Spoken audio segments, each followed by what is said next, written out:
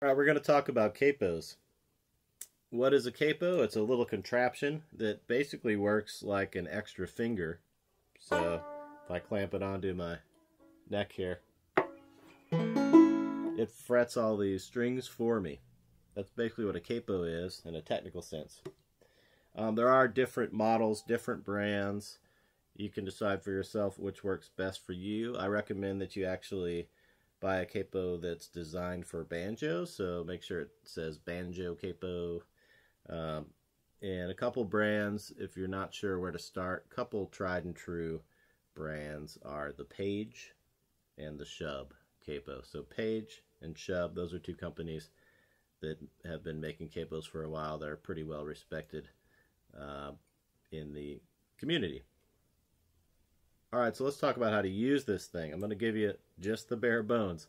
Let's say we're playing a song like Crawdad Song in the key of G using our G, C, and D7 chords.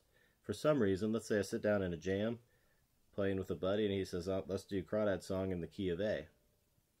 Well, rather than float through my mind and try to transpose the 1, 4, 5 and shift all that around and then figure out the new chord shapes on my instrument, a nice slick way we can do that is using a capo. So capo just moves us into another key without us having to change anything we've done with our right and left hands. So let me demonstrate. If we're playing Crawdad Song usually in the key of G, but I slap the capo on the 2nd fret, that moves us up. So the 2nd fret is the only place we're going to use the capo for the purposes of this course. And so the basic rule you're going to use, it's a rule that will turn out to be false later when we get farther down the line, but for now use this as a guideline. We'll call it the guideline. Is that you place the capo on the 2nd fret and that'll move you up to the next letter in the musical alphabet. So I was playing in the key of G. When I place the capo on the 2nd fret, it'll move me up to the key of A. Let's say I was playing in the key of C. Say we were doing Crawdad Song in the key of C using my C, F, and G shapes. Place the capo on the 2nd fret. It's going to move me up to the next letter, and that would be a D. So that means I'd be pretending or just going about my business like I'm playing in the key of C, but it would be coming out of the banjo in the key of D thanks to the capo. One little thing I haven't told you yet. Every time we use the capo on the banjo here, we have to tune the 5th string accordingly to compensate for what happened up here. The relation of the tuning of the strings has changed as soon as these are all fretted, so we just have to compensate.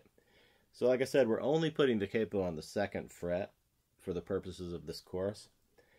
So to compensate there, since that 2nd fret moved us up a whole letter in the musical alphabet, we're going to do the same thing with the 5th string. So it's normally tuned to a G note. We're going to tune it up to the next letter in the musical alphabet, which is an A.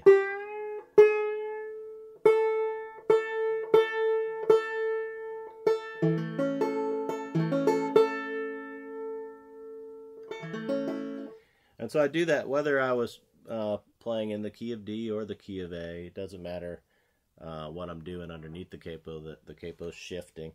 If I put it on the 2nd fret, I'll tune this guy up to an A.